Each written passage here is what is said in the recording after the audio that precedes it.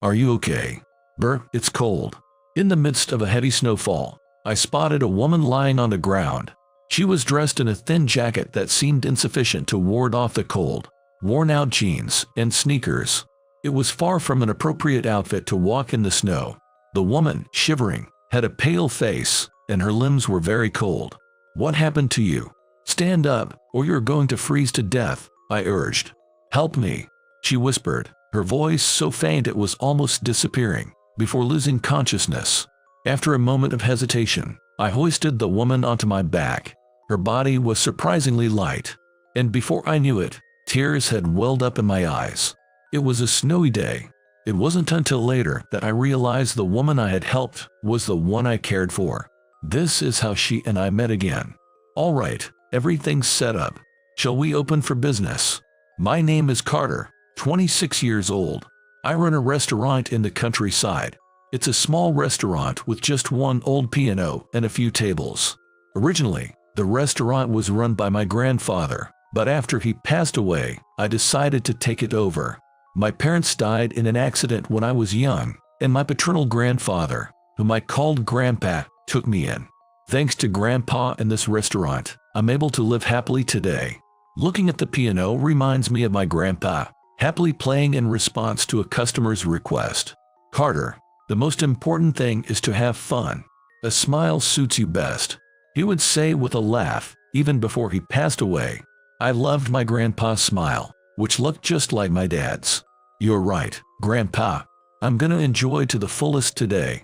Smiling towards the piano, I headed towards the entrance door. Opening it let in a gust of cold wind. Snow had started to fall lightly. Brr, it's cold. Today's special is definitely stew. Muttering as I exhaled white breath, I flipped the sign to open. The snow that started in the morning gradually intensified, and by the time we closed, it had accumulated up to my knees. The snow showed no sign of stopping. With the weather like this, there were even fewer customers than usual, and after dinner time, it completely died down. No helping it.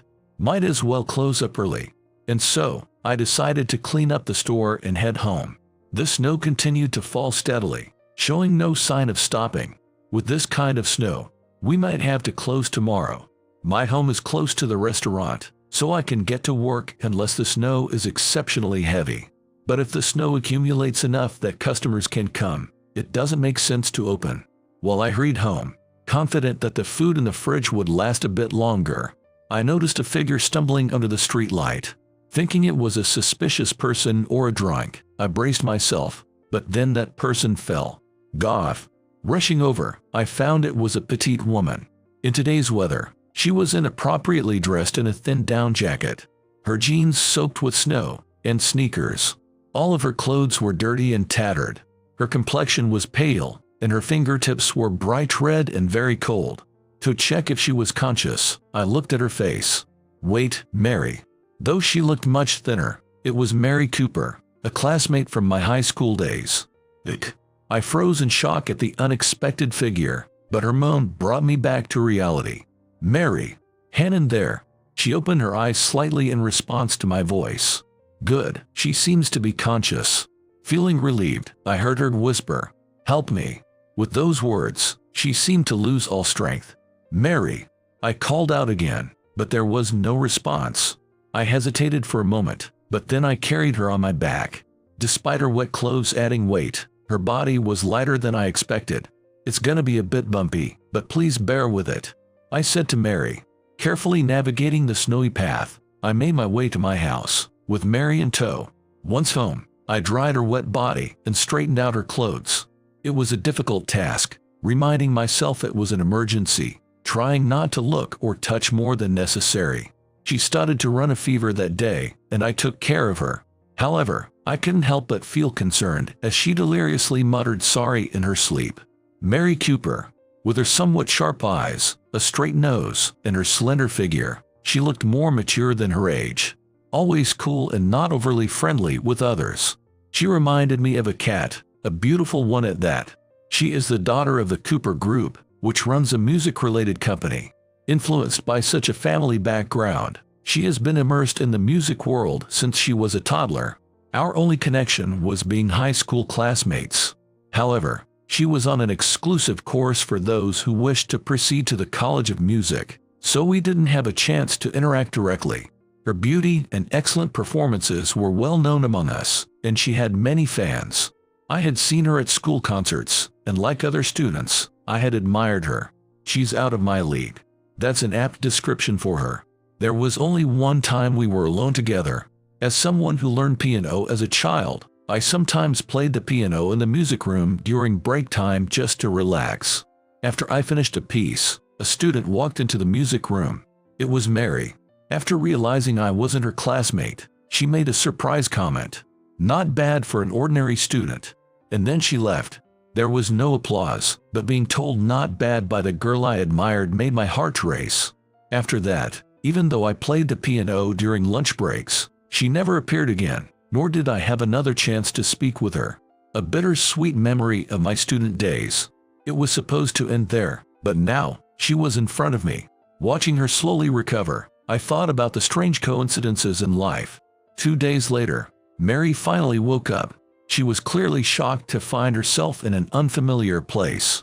As I explained to her that I had found her lying in the snow and had been running a fever, she responded with concern. "Oh no, I've caused you such trouble. I'm really sorry. Don't worry about it, it's nothing. I did it because I wanted to, so don't feel bad. Thank you for being so kind to me, a stranger." She smiled shyly, a smile that made me feel a bit lonely. Naturally, she didn't remember me. No, actually, we went to the same high school. Really? I'm sorry, I didn't recognize you.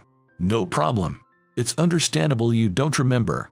We were in different programs, and I was just someone who watched you from afar. Is that so? Were you in the general program, then? Seeing her confused expression, I realized I hadn't even introduced myself. Oh, sorry, I hadn't given you my name yet. I'm Carter. Now, I run a restaurant nearby. Carter, I'm sorry for not remembering you, she said, her tone filled with remorse. Having observed her up until now, I voiced a question I had been pondering. You seemed different, you know. Back then, you were more pretentious and unpleasant. She continued my sentence with a self-deprecating laugh. No, it's okay. I was arrogant and a terrible person back then. Indeed, the Mary Cooper I knew seemed aware of her superiority over others, coming off as strict and cold. While she had many admirers, there seemed to be just as many who disliked her. Now I see how foolish I was. But reflecting on it now is too late, isn't it? I guess it's karma. As she said this, tears fell from her large eyes. I was taken aback by her sudden tears but comforted her by patting her back gently, just as my grandpa had done for me when I was crying. It's not karma or anything like that. It's okay, you're okay. When I touched her, she flinched but didn't shake off my hand, and after crying for a while, Mary began to share her story in bits and pieces. After graduating high school, she attended a prestigious school of music and even studied in Europe. However, since then, she had been wandering alone in various places. Not wanting to pry too much into details she seemed reluctant to share, I waited patiently for her to find her peace. "Thank you." After she had stopped crying, she gave a frail smile. Seeing that smile, I found myself making an offer. "Mary, if you have nowhere to go and are in trouble, why don't you come work at my restaurant? I promise you free room and board there." I was aware of how impulsive my offer sounded, but I couldn't bear to leave her in her broken state. Mary widened her eyes at my proposal, then nodded slightly and politely said, "Thank you, I'd appreciate that." Thus, Mary Cooper started working at my restaurant. Since we were classmates, she told me not to be formal, and we started calling each other by our first names. I never imagined I'd call my crush by her name, and initially, just saying Mary made my heart race, but having her call me by my name was even more thrilling. When Mary started working at the restaurant, I intended to ask her to help in the dining area. Since we had a piano, and occasionally customers would request songs, I thought she could handle that too. I was excited at the prospect of seeing Mary play the piano again after so many years, but when she said, "Sorry, I don't play the piano anymore," and expressed a desire to work in the kitchen instead, I was taken aback. Apparently, She had taken to cooking while studying abroad and had some confidence in her culinary skills. The image of Mary, who I always saw as a sheltered young lady, cooking was hard to connect with, but the meals she prepared were delicious, and watching her cook with seriousness was a great sight. Even though I was curious why she stopped playing the piano, witnessing such a rare side of her daily felt like a special privilege as Mary and I ran a restaurant together. One day, while Mary was preparing our meal during lunch break, I decided to play the piano. It had been a while since I last played, as I had been too busy after my grandpa's death. There was some hesitation about playing in front of Mary, a music expert, but I rationalized that my piano playing was just a hobby and sat down at the instrument. I chose the aita, a favorite of my grandpa's. It had been so long that my fingers didn't move well at first, but by the end I was getting into it and enjoying myself. After finishing the piece, I heard applause. Mary had come out of the kitchen at some point and had been listening as an audience. What? Mary, you were listening? Was that not okay? No, it's a bit embarrassing to play in front of an expert like you, Mary. I'm not very good, and I made a lot of mistakes, I said with an embarrassed smile, to which Mary shook her head. That's not true at all. Your playing was really good. It looked like you were having fun, and it made me feel happy too. Mary smiled softly, causing my heart to flutter. Really? Thank you. It means a lot to me that you said that. If you're that good, why didn't you go into the music program? You could have done well there with your skills. Mary asked, looking curious. Jay, I've been playing the piano since I was little, and I was told I could aim for a college of music, but pursuing it seriously would have required financial resources we didn't have. I couldn't let my grandpa strain himself for that, so I quit playing piano in middle school. I loved playing the piano, influenced by my music-loving grandpa and my father, who was a performer in a small orchestra. Music was always a part of my life. I naturally took an interest in music and was allowed to learn the piano. Even after my parents passed away, my grandpa continued to support my musical interest. But knowing that the restaurant's income wouldn't support a musical career, I told him I would forgo pursuing a career in music. I see. I'm sorry for asking such an insensitive question. No need to apologize. I'm happy you praised my piano playing. This makes it the second time. I smiled as I said that. Second time. Yeah. Back in high school, you complimented me once. You said, not bad. That time. I mimicked Mary from back then. Did I sound that snobby? I'm sorry, Carter. I didn't mean to be. Looking back, Mary looked a bit downcast. Seeing her like that, I laughed again. Don't worry about it. I was happy both then and now to get praised by you. Besides, Mary, come here for a second, I said, inviting her over to the piano. Wait, Carter. I don't play the piano anymore. Don't you want to try? You look like you do. I took Mary next to me and guided her hands onto the keyboard. Initially hesitant, the moment she touched the keys and produced sound, her expression changed, filled with a nostalgic sadness. Why don't we play a duet? It might be fun to play together. It was a bit forceful, but I trusted my gut feeling. At your request, Carter. I'll try, but don't laugh if I'm not good. Mary replied. I wouldn't laugh. Thank you, Mary. What song should we play? How about When You Wish Upon a Star? That sounds nice. And so, we played together. At first, both of us were tense, and the initial notes were rigid. I was nervous because of Mary's proximity, but as we got into it, Mary's playing began to change, becoming more fluid and confident. Her skill was evident, and by the end of the song, our tension had eased, and we were both smiling naturally. Shall we play another one? Mary suggested. We got so engrossed that we forgot about the meal she had prepared, and we played the piano together as long as time allowed. Seeing Mary enjoying herself brought a smile to my face. I'm glad you're having fun. At my words, Mary looked surprised. Your performance is wonderful, Mary. Right now, it's okay to just enjoy it, you know. Carter, enjoying it is the most important thing, Mary. I repeated what my grandpa used to say and laughed brightly. Yeah, you're right. Mary returned the smile. It was a brighter smile than when we had reunited. From that day on, during our lunch breaks, we started to play duets together. Eventually, We began to create our own music, leading to the completion of our original duet piece. Perhaps because spring was approaching, the piece we created had a lively tempo, making us happy as we played it. We named it Le Bougeon, French for bud, reflecting the new beginnings it represented for us. Playing this, our first jointly created piece, became a ritual during our duet sessions. When we played it, I felt closer to Mary, my heart racing with excitement. Glancing at Mary sitting beside me, I noticed how much brighter she had become compared to when we first met. Through playing and composing music together, Mary began to play the piano on her own initiative again, her face peaceful and clearly enjoying the moment. The happy change didn't stop there. With Mary playing again, her high level of performance combined with her beauty brought in customers daily to our once quiet countryside restaurant. The increase in male patrons was particularly noticeable. I understood why, really. I did, but watching all these men fawn over Mary was, to be honest, a mixed feeling. Regardless of how I felt, Mary seemed to enjoy performing daily, happily fulfilling the song requests of our patrons. Today, she entertained a group of young listeners with a series of Disney songs. Thank you, big sister. Your piano playing was so beautiful. I want to play like you one day. Me too. I want to play my mom's favorite song for her. Children with sparkling eyes gathered around Mary. Her smile at them was gentle and warm, filling the restaurant with a comforting atmosphere. Mary's reputation extended beyond our town, attracting even television interviews.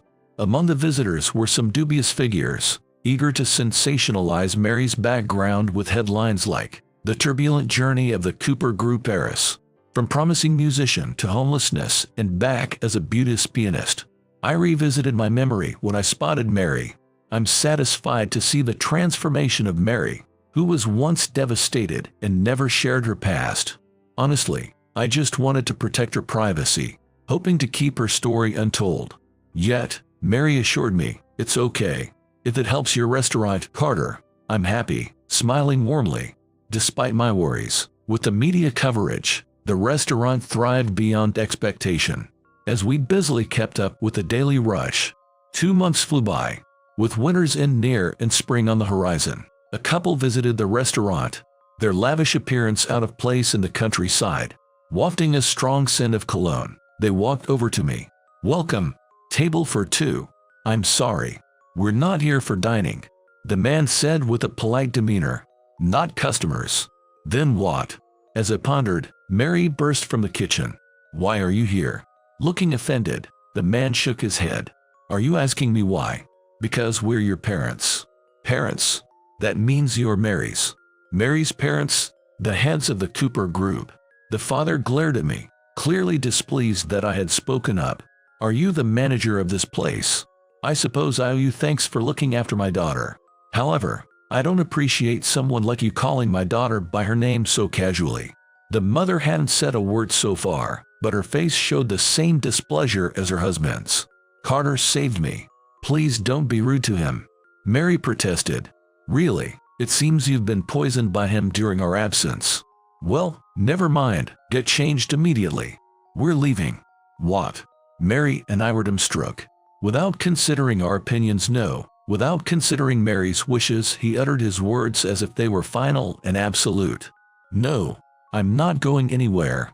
Mary's voice was strained, her hand trembling as it gripped the hem of her cook's uniform. "I will never return to you. Weren't you the ones who dumped me, saying I was useless so easily?" Mary's outcry was nearly a scream, and I was shocked. Her parents had cast her out. It was hard to believe, but Mary's demeanor made it clear this was no lie. "You're nuts. Why on earth abandon your own daughter?" I found myself muttering. The father just snorted in response, and the mother didn't even bat an eyelid. "You did nothing but pressure me, casting me aside the moment I faltered. Then, instead, you began favoring my sister, who you had neglected, and dumped me as if I never existed to the Cooper family." Mary's grip tightened, her fingertips turning white. "It's inevitable. Those talentless people can't survive in this world. We thought she could replace you, but she was inadequate. She lacked your musical talent and beauty. But look, you've managed to reclaim your music here and captured public attention. That's a pass from us." the father said with a smile. Pass. I got chilled by hearing such a word. We weren't talking about a product quality check. I don't want to go back there. Her voice was tiny but clear. A heartbreaking plea. Trying to hold back tears, Mary was a figure of sheer determination.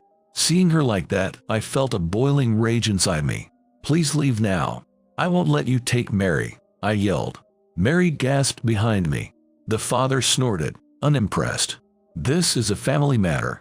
Outsiders should keep out of it. Family. You never once called her by name, showed any concern. How can you call yourself family? At that moment, I didn't care who they were. All I wanted was to protect Mary from anything that might hurt her. Get out of here. Never show yourself in front of Mary again. My shout echoed outside, where passersby murmured, "Is that a fight? Fine, let's leave her for today." Perhaps worried about attracting more onlookers, Mary's parents decided to retreat. But before they did, her father, with a smirk, said to Mary, "You'll come back eventually," then left quietly. The door closed, and silence fell inside the restaurant. The onlookers outside dispersed as Mary's parents walked away. After ensuring they wouldn't return, I let out a sigh. "Mary, are you okay?" I turned to ask, only to be embraced from behind. "Mary."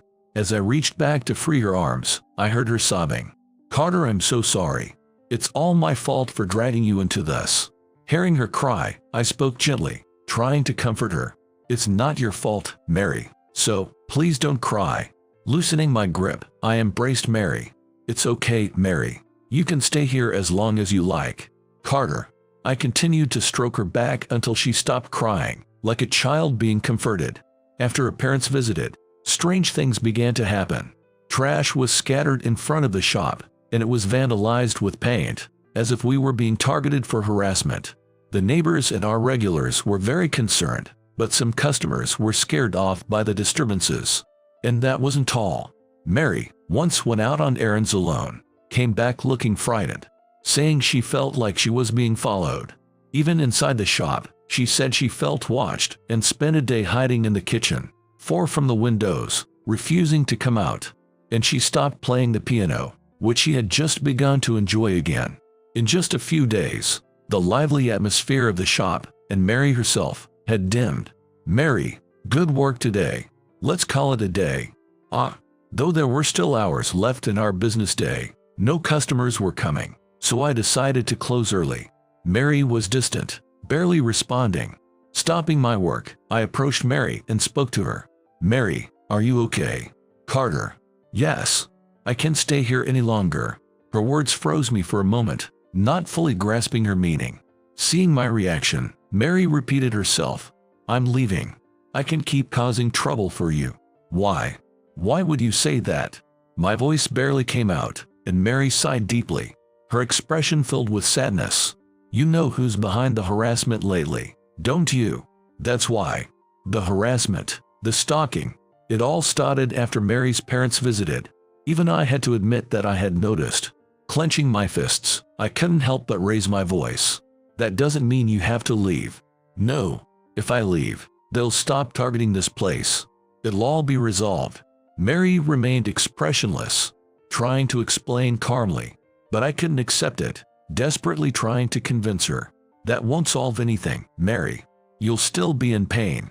That's not okay." "And what about me?" Before I knew it, I had grabbed her shoulders, as if touching her could prevent her from disappearing. "I can't even imagine life without Mary. Even though it's only been a few months, I need you here with me." Despite knowing how pitiful I sounded, I felt tears threatening to spill. The admiration I'd felt for years, the unexpected reunion, feeling her presence so close, touching her heart even just a little. As we spent more time together, my feelings turned into a definite love that grew stronger. I've always been protected. I've lived by giving up on various things, deceiving my own feelings. But I can't let go of the time spent with Mary, or these feelings. Because I love you, Mary. My confession made Mary tremble, and tears quickly filled her eyes. "But if I stay, this place might not be safe. It's important to you, isn't it?" Her voice was almost a cry, but I slowly shook my head and looked directly into her eyes. "It's okay. Even if we lose something, I don't want to lose you, Mary. I'll protect you." no matter what. Please stay. Stay with me. Mary's response to my words was a flood of tears from her eyes. Wiping away her tears, I held Mary close. Carter, Mary, please, just nod. Say that you'll stay here with me. Mary wrapped her arms around me from behind. I want to stay here. I want to be by your side. I love you too, Carter. Her words, conveyed through sobs, filled my heart. To have your feelings reciprocated, I never knew it could feel so warm, so joyful. Tears naturally welled up in my eyes. The first since I was a child. With that thought, I hugged Mary's slender frame tightly. Thank you, Mary. I should be the one thanking you. Carter, I'm so glad I met you. We held each other, crying, confirming our feelings on this day. Months after our unexpected reunion, we confirmed our thoughts for each other. I didn't know what Mary's parents would do next, but I resolved to protect her no matter what. Though the air still held a trace of unease, Mary's smile had returned. She began to play the piano again. Laughing together, side by side, we played that song we created. We tried to keep our spirits up, talking about the future in a hopeful way. Hey, Carter, we don't need a wedding, but let's go on a trip together, just the two of us. Yeah, somewhere warm. Oh, I'd also like to visit the town where you studied in Europe. That place is warm, not just in climate, but its people too, and there are so many delicious places to eat. I could even study cooking more. Mary smiled happily. Then, when we get back, let's develop some new menu items. The customers will love it, for sure.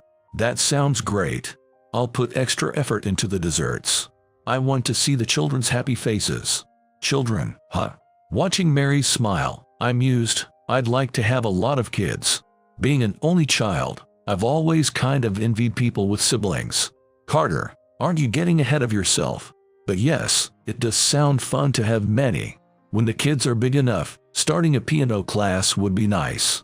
With Mary as the teacher, they'd be so motivated. Are you saying I'd be strict? Mary pouted a little at my words. That face is also adorable. Oh, no. I meant they'd be happy and put their hearts into it. I'll let that comment slide. Well, that's such an old-fashioned phrase. Did you mean to say it like that? Just a bit. Ahaha. Mary, with a playful wink, made me laugh uncontrollably. In a room filled with spring sunlight, leaning on each other, we talked about fun things to come. It was bliss. We believed this moment would last forever. But reality was far more cruel. Carter, please, open your eyes. No.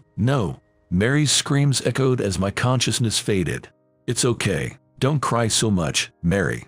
I wanted to tell her so, but my lips wouldn't move.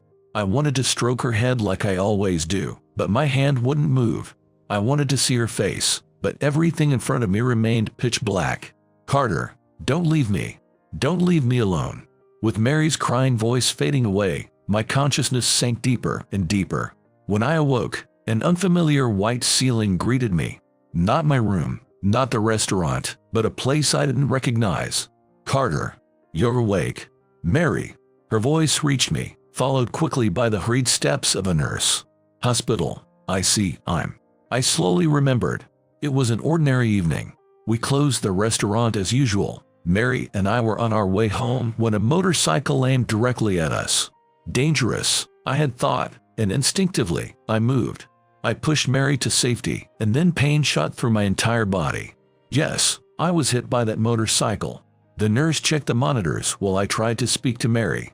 Mary, are you hurt? Hearing my words, Mary broke down crying. Carter, I'm so glad you're okay. I'm sorry, I'm so sorry. Her apology, tears streaking down her cheeks. Eyes red and swollen, she looked so worn out. But it made me feel a bit happy that she was so worried about me. I'm the one who should be sorry for worrying you. I tried to wipe her tears away. Huh? Why can't I move my right arm?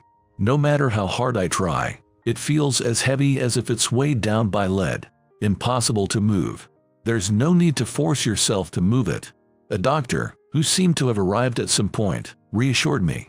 Despite his hand supposedly touching my right arm, I couldn't feel a thing. Seeing my condition, Mary, looking downcast, made me grasp the situation. Later, the doctor and Mary explained everything about the accident and my current condition. Though I avoided a direct hit from the motorcycle, the impact from being thrown off and hitting the ground knocked me out. Fortunately, nearby people called an ambulance right away, so it didn't turn into a bigger issue. The motorcycle driver fled the scene, but later he surrendered to the law enforcement authority. I was informed that I will be discussing compensations and damages with the driver. My right arm could regain basic functions after rehab, but unfortunately, tasks like cooking for a crowd or playing the piano might be beyond reach. Carter, I'm sorry. After my doctor left us and Mary and I were alone in the room, she apologized to me for what happened. It's not your fault, Mary. No, it's because of me. She couldn't finish her sentence, her hand touching my immovable right one. I couldn't feel the warmth of Mary's hand. I've taken everything from you. The piano, cooking. I know sorry isn't enough. Mary, let me make it up to you. Her words and the look she gave me filled me with an ominous feeling. Mary, no. My words caught in my throat. However, Mary decisively said, I'm going back to them. Her eyes showed no hesitation. Mary, I'm sorry I can't be here for your rehab to support you, but I believe you'll overcome this. If I'm not around, you'll be okay, right? Stop, Mary. Don't say anything more.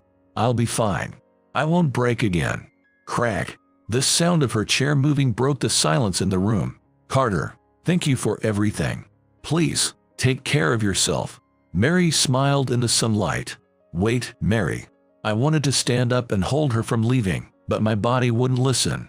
Mary left the room without looking back, and didn't came back again. After recovering from other minor injuries and getting discharged, the harassment towards the restaurant also mysteriously stopped. Upon returning, I tried reopening the restaurant while continuing rehab, but as the doctor said, my right arm couldn't recover enough for that kind of work. 2 months after the accident, I had to make the tough decision to close down. 5 years had passed since then. Even though my right arm never made a full recovery, I couldn't give up on my piano, which was a keepsake from my grandfather. I decided to open a piano school for local children, using the former restaurant site. Whether it was because I wanted to preserve the dream Mary and I shared about opening a piano school, or because I couldn't sever my connection to her through the piano, I'm not sure. But after the restaurant closed, I dedicated myself to practicing with my left hand like never before. It's been a long time since I practiced with such earnestness. Thanks to that, I think I've now reached a level where I can somewhat teach the kids. Look, Teacher Carter, look at my treasure, one of my students said proudly, showing me a folder filled with sheet music during the lesson. This is. I narrowed my eyes as I read the text on the folder. This kid is a huge fan of the pianist, Mary Cooper, because her performance is so good, and it makes me feel happy when I listen to it. I want to become a pianist just like her.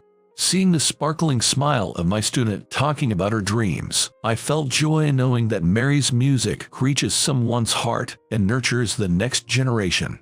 Well then, we need to work even harder. Yes, that's the spirit.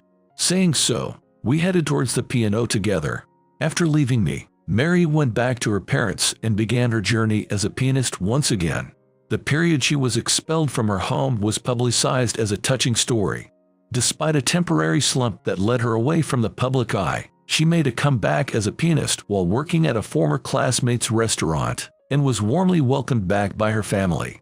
Moreover, her performances after the comeback changed, gaining depth in her music, which, combined with her popularity, made Mary Cooper a sensational pianist. However, suddenly, she disappeared from concerts and TV. What followed was major news about the downfall of the Cooper Group. The group, which held immense power in the music industry, was exposed for its corruption, unfair pressures on rival companies, and shady dealings with politicians. The current head of the family, Mary's father, along with numerous associates, were arrested, leading to the collapse of their regime. Their authority and reputation plummeted overnight. I saw this news on TV, but what concerned me most was Mary. She had withdrawn from the public eye before the scandal broke, which likely spared her from becoming a target of public interest. Still, I couldn't help but hope she lived a peaceful life without further hurt. The connection we shared, and the fact that we even connected at all, was nothing short of miraculous. Mary, during her time at the restaurant, was just a normal woman. She laughed, cried, got angry. I was deluded. But, thinking about it, Mary and I lived in different worlds. Indeed, after her return, she shone brilliantly, making a significant leap forward. A guy who merely ran a countryside restaurant had no place beside her. Cherish our time together as a beautiful memory. That's enough, I convinced myself. After finishing the last student's lesson at the piano school, I headed to the large shopping mall in the neighboring town to buy supplies for the school. Having found what I needed, I was hurrying back home before it got dark, when I heard the melody of a piano drifting from a distance. Someone was playing a street piano, available for anyone to play. After finishing one piece, the person stretched a bit and then started another. Due to its slightly hidden location, the audience was sparse, with only some shop employees and a janitor. I was going to pass by without stopping. However, when I heard the melody being played, I involuntarily stopped. Why is this song being played? It was retribution, a duet piece Mary and I had created together. It was never performed in Mary's albums or concerts. Known only to the two of us. That meant the person playing it had to be. I rushed towards the piano. As I reached behind the person playing, Mary, the piano play abruptly stopped, and the pianist slowly turned around. Carter. Upon seeing me, she immediately stood up and threw herself into my arms, enveloping me with a familiar scent and touch. I thought I would never see her again, yet here she was, in my embrace. Carter, I've missed you. I've been searching for you. Mary, I thought I'd never see you again. Memories of our parting day came flooding back, bringing tears to my eyes. I'm sorry. I thought you'd stop me if I told you. But at that time, I was firmly determined to fight against them, to protect what was precious to me before they could destroy anything more. The harassment stopped once I returned, didn't it? You were thinking of doing something so reckless. I scolded her for considering such a reckless plan, but Mary had a look that said, see, exactly as I thought. I played along with them, appeared on TV, and actively engaged with people who could benefit the company. It was tough, but it allowed me to gather a lot of evidence. So, that whole series of reports about the Cooper Group. When I began to understand the implications of the Cooper Group's exposure, Mary silenced me with a gesture. The catalyst might have been what I did, but what followed was their own doing. They were brought down by their actions. Mary, no longer the frightened girl she once was, had become strong and shrewd. Seeing her like this, I couldn't help but smile. You've become so strong. Yes, it's necessary to protect what's important, something you taught me, she said as she gently held my right hand. That day, you protected me. I thought I needed to be strong enough to stand beside you, to come and see you. I've always wanted to meet you, Carter. Me too, Mary. I wanted to see you. After looking into each other's eyes, we embraced, filling the years of absence between us, confirming each other's presence. We ignored the surrounding voices of awe. I've been practicing like crazy, you know. I can play the piano with my left hand now. Really? That's great, Carter. You're such a hard worker. Hahaga. I laughed at her praise, usually reserved for children. But you know, I can't compare to you, Mary. Will you play with me again? Of course, I'd love to play by your side again, she replied, her voice choked with tears. Mary and I locked eyes once more, both of us lifting our faces. After sharing a smile and a kiss, we sat down together at the piano and played our song. The melody we created filled the air, accompanied by the cheerful voices of children and the applause of the crowd around us. Mary's existence is well known. Her talent and her association with the Cooper Group are known to all. This might draw unwanted attention from some, but she faced her family's deeds head-on, prepared for what was to come. Carter and Mary. We may have lost something that means to us a lot, but we gained much more. From now on, we want to live a life supporting each other, not letting go of what's important to us. Because together, we can overcome anything.